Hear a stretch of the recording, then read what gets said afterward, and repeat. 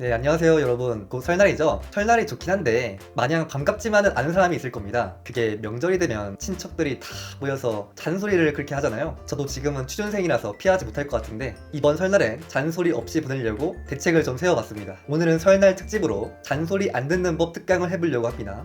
특강 시작하겠습니다. 네, 먼저 유명한 짤이 있죠? 설 연휴 잔소리 메뉴판. 잔소리 할 거면 돈 주고 하라는 뜻입니다. 근데요, 이거는 하수입니다. 실제로 이거 들고 가잖아요? 취업 못해서 돈 또 올랐다고 잔소리만 더 먹습니다. 그럼 고수들은 어떻게 하느냐? 네, 그게 바로 오늘 특강 내용입니다. 고수는요, 잔소리를 일종의 전쟁으로 생각합니다. 잔소리는 전쟁과도 같습니다. 정신적인 데미지를 입히고 피격자는 나름대로 방어를 해야죠. 이거는 마치 전쟁, 싸움, 게임과 비슷합니다. 그래서 우리는 실제 전쟁이 그렇듯이 전략을 잘 세워야 합니다. 하지만 전쟁에 돌입하기 전엔 마인드셋을 먼저 해야 합니다. 저명한 싸움 관련 문헌에 따르면요, 싸움에서 가장 중요한 건 바로 흥분 금지입니다. 흥분하는 순간 지는 겁니다. 그런데 사실 흥분하지 않기는 힘들죠. 예를 들어서 너 왜 이렇게 살쪘니? 참을 수 있으세요? 하지만 참아야 합니다. 그러려면요, 일단 자기 자신의 약점을 잘 알아야 합니다.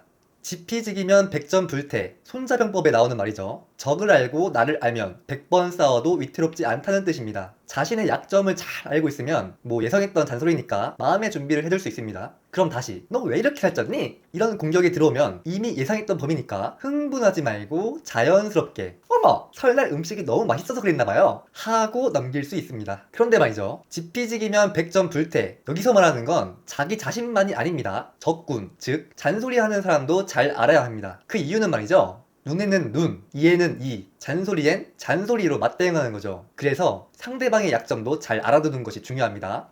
하지만 대한민국이 또 어떤 나라인가요? 대한민국은 유교의 나라죠. 장유유서, 어른과 어린이 사이에는 지켜야 할 차례와 순서가 있다는 뜻입니다. 맞대응한답시고 윗사람한테 버르장머리 없이 대들면요, 싸가지 없다고 오히려 또 잔소리를 듣습니다. 그래서 여기서 중요한 건 바로 구밀복검. 입으로는 달콤한 말을 말하나 뱃속에는 칼을 감추고 있다 라는 사자성어입니다. 즉, 예의는 지키면서 공격을 해야 합니다. 예시를 들어볼게요. 저와 이모가 있습니다. 이모가 저한테 살 공격을 했습니다. 예! 너 왜 이렇게 살쪘니? 흥분하지 않고 잘 방어했다고 칩시다. 그럼 이제 다음은 제 턴이죠? 그런데 어째 보아하니 이모도 만만치 않게 살집이 있어 보입니다. 그때 이렇게 말할 수 있죠. 저는 이모가 너무 부러워요. 저도 이모처럼 딱 적당하고 복스럽게 살찌고 싶은데 비결이 뭐예요?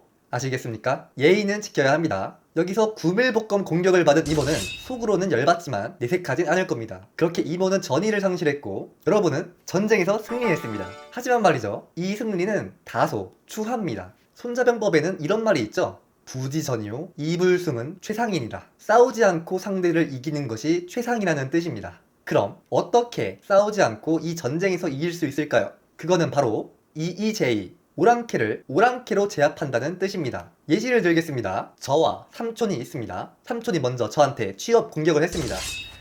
아이고, 너 취업은 언제 할라 그러니? 네, 물분이 터지지만 잘 방어했다고 칩시다. 이제 다음은 제 턴이죠? 여기서는 상대방의 약점을 미리 파악해두는 것이 중요합니다. 삼촌은 최근에 월급이 올랐지만 숙모 몰래 비자금을 모으고 있었습니다. 저는 그 사실을 알고 있었고요. 그때 숙모가 다 들리게 이렇게 말하는 겁니다. 나도 삼촌의 판이라도 닮았으면 좋겠다. 삼촌 이번에 연봉 협정해가지고 월급 엄청 올랐다며? 진짜 능력도 좋아. 네, 겉으로 보기에는 아무런 문제가 없는 칭찬이죠. 하지만 삼촌 등굴에 식은땀이 좌알좌알 흐르고 숙모님의 비기 옆구리 꼬집기와 함께 조용히 자리를 떠났다고 합니다. 그렇게 여러분은 전쟁에서 승리했습니다. 오늘은 이렇게 잔소리 전쟁에서 이기는 방법을 알아봤는데요. 어떻게 유익하셨나요?